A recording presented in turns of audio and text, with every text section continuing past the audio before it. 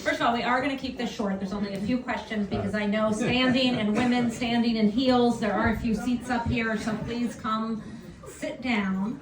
Beth, this book is really, it's more of a compilation of all of these stories that you've written over the years. So my question for you, my first question is, what inspired you to put this all together into a book? Why now? What was the reason? Great. Well, first of all, Gloria, thank you so much for doing this. This is just the nicest thing, and I'm trying not to be intimidated by all the star power in the room. But I know that with Cathy and with Gloria, you can't go wrong. But let's just thank Gloria for this beautiful party. So I was a kid growing up in Bethesda, and my parents wouldn't let us go to the mall like the other kids, but they would let me get on the T2 bus down Wisconsin Avenue into Georgetown. And so I was a teenager, and we would get on the bus and go to Georgetown and pretend to be cool. And this was Georgetown in the 70s and early 80s, and Georgetown was quite bohemian, and there's some people who really know it and will have more to say about it. But yeah, you can't say this anymore, but we would buy cigarettes and pretend to be cool. So fast forward, I'm a writer at heart and always was writing, and in the depths of the recession I had lost my job and realized that there was no online magazine covering Georgetown, and it was sort of when online was still new.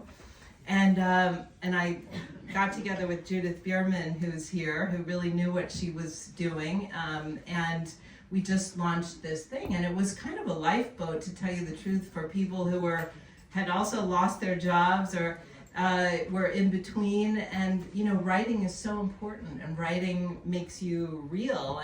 And this was the beginning of the internet age, and so our deal was we didn't pay anybody, but we would give them a business card.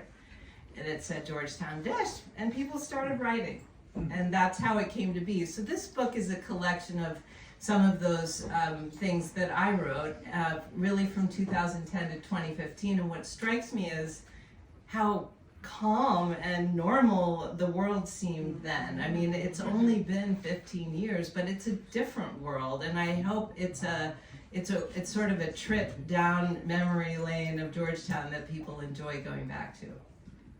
I should also say that my day job is Washingtonian magazine, and we unfortunately have to pay everybody to write for us. So, we do ask a few advertisers. Have you tried giving them cards? Yeah, maybe we have a there's that union thing. Yeah, there's a lot more writers. So when you were compiling this now and looking back, what really surprised you? Like when you were putting this together and you're reading all these things from 15 years ago, what was in there that you thought, boy, this is... Well, I have to say how nice the comments were from people. It was, and we're joking about this, that now it's also vitriolic. You're a politician like Jack, or you're a restaurant like Martin's Tavern, and people will just write anything, and it's anonymous and it's nasty, and we loved getting comments. I mean, we set the site up specifically to have people commenting and participating. I'm not sure I would do that now. I mean, already on Amazon, my first 2 reviews are really mean, and they were like, well, why didn't you write about this? And why didn't you write about that? And this is not a history book. I was like, no, it's not a history book. But the world has changed. And so I'm glad, I mean, I would say that's the biggest thing I learned from reading it now.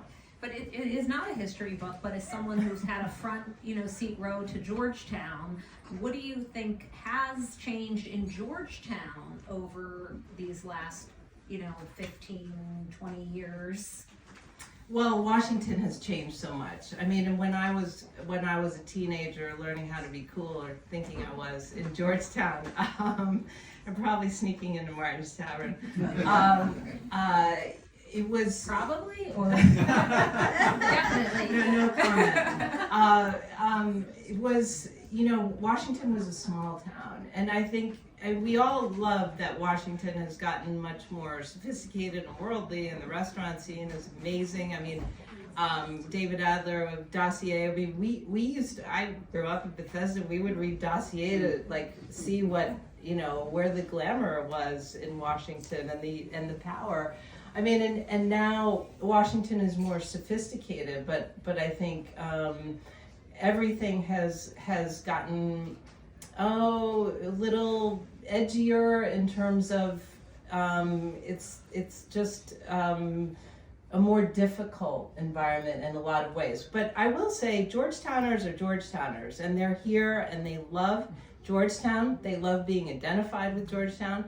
By the way, everyone all over the world knows Georgetown. I mean, you can't say that about my neighborhood, Bloomingdale, or By the way, you can't say it about Kalorama. No, you can't. People don't You know. say we live near DuPont Circle, and then they're like, Yeah. Oh, and DuPont Circle's near Georgetown. Yeah, Yeah. we're near Georgetown. So I think Really? Georgetown really represents sort of an ideal of Washington, and of course the history is there, and got Kay that Graham Jack and Kennedy the Kennedys and Henry Kissinger and Art Buchwald and Sally Quinn and Ben, and I mean they were just all there, and I think that idea lives on, and that's worth preserving. I think it may be a little out of date, or the reality may be a little more mixed. I mean, back in the day, you didn't have the big national chains there and so forth, but it's still Georgetown. It is still essentially itself. And of course, Bradley Cooper, the actor, went to Georgetown and rode crew in the Potomac River, and And worked at Cafe worked Milano. at Cafe Milano as a waiter. So it just still Was has he that that handsome essence. guy that waited on me? Yeah, he was trying to get your attention for you. Damn. I'm gonna open it up. So it's just some questions. So Billy, I think you have a comment or question. Do you want to?